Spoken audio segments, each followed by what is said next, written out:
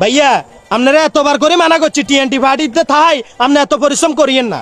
পরিশ্রম করছেন ভালো কথা, পরিশ্রম করি অন সুদিনে আসে আর আপনারা অপমূল্যায়ন করছে। আপনারা নমিশন দেন হয় দিছে হেতারে, তো লাভ কি হয়েছে? বারবার কইছি এগো ভাইয়া এত পরিশ্রম করিয়েন না। ওইছে বাদ দে, খামা খায় এরকম এগেন লই চিল্লা করিচ্ছে। দলের প্রধানের সিদ্ধান্ত যেটা এইটা করছে, এখন আরে নমিনেশন দিব না কারে দিব এটা হয়ে গেছে, যা হয়ে রয়েছে। কি অবস্থা পাবেল, কেমন আছো? ভালো আছো? দেখছেন নি পাবেল কর ভাইয়া কইতে কইতে 30 বেচা ফলাইতো হেনা চড়ে যাইতো অনকে পাবেল। আছে ওস্তাদ তোরা গরম হইস কেন? গরম হইস না। কি অবস্থা পাবেল তোমার? আছি ভালো আছি। হ্যাঁ, যাই হোক, তো এখানে কি করতেছো?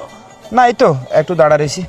যাই হোক, এখন তোমাকে আমি বলতেছি, যেহেতু দলে তুমি কাজ করতেছো, করো, কোনো সমস্যা নাই। আমার সাথে একসাথে যোগদান করে কাজটা করো, তোমার ভালো হবে। একটা জিনিস হচ্ছে কি ভাইয়া, আমি দলের ভালোবাসি, অনেকটা বছর এই দলের সাথে ছিলাম, দুঃসময়ের সাথে ছিলাম, পরিশ্রম করছি, নেতা কর্মী সবার খোঁজ খবর নিছি। এখন যেহেতু দলের সুসময় আসছে, আপনার এই দলে মনোনীত করছে, নমিনেশন দিছি, এতে আমার কোনো আপত্তি নেই। আমার কথা হচ্ছে ভাই, যেভাবে মঙ্গল হয় এভাবে করেন, আমি আপনার সাথেই আছি। তুমি দলকে ভালোবাসলে সমস্যা না, আমার সাথে কাজকর্ম করো, তোমার একটা ব্যবস্থা আমি করব। আর টাকা পয়সা আছে নি পকেটে? না টাকা পয়সা নাই। রনি, ওর অ্যাকাউন্টে 1 লক্ষ টাকা সন্ধ্যার দিকে ট্রান্সফার করিও। ভাইয়া হোয়াটসঅ্যাপ নাম্বার দিয়ে দিয়েন। না শুনেন ভাই, আমার টাকা পয়সা লাগবে না। আমি এত দিন পর্যন্ত দল করছি, কোনো টাকা পয়সা নিয়ে আমি দল করিনি। আমার সামর্থ্যে যাই কুলেছি আমি তাই দিছি দলের, কিন্তু আমি দল থেকে 1 টাকা কোনোদিনও আমি পাইনি, আর আশা করিও না। আমি যেহেতু দলীয় প্রধানের নির্দেশ, আপনি নমিনেশন আপনি পেয়েছেন, আপনার সাথে আমরা ভোট করব, এটা হচ্ছে কথা। আচ্ছা ঠিক আছে। অন ফল আইছেন নি, দেখছেন নি? চুপ করবি না কেন? বেশি কথা কস। আমরা চুপ করে যতটা বছর আবার কে কথা কস? লাতে দিছে এই কারণে। এই চুপ, একার কথা কইছে। ভাইয়া চলেন। আচ্ছা ঠিক আছে, চলো, সমস্যা নাই, চলো আমার সাথে, চলো দোকানে, চলো চা খাবো একসাথে। আচ্ছা ঠিক আছে ভাইয়া।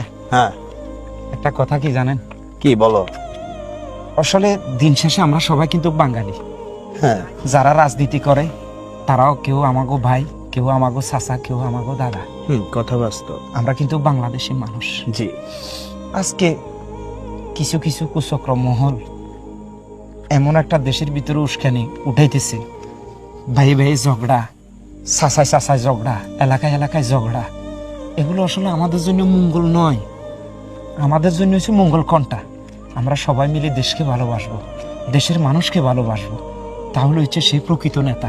দেখো পাবেল, দল আমাকে নমিনেশন দিছে, যাই হোক আমি নমিনেশন পাইছি। আর আমি যে একাভাবে নমিনেশন পাইছি, সবকিছু আমি একা করতে পারবো বিষয়টা কিন্তু এমন না। তোমরা আগে থেকে পরিশ্রম করছো বা দলের সাথে আসো, যুক্ত আছো বিদায় আমি আগাইতে পারছি, এমনকি আমাকে নমিনেশনও দিছে। এখন আমার সাথে একসাথে সংযুক্ত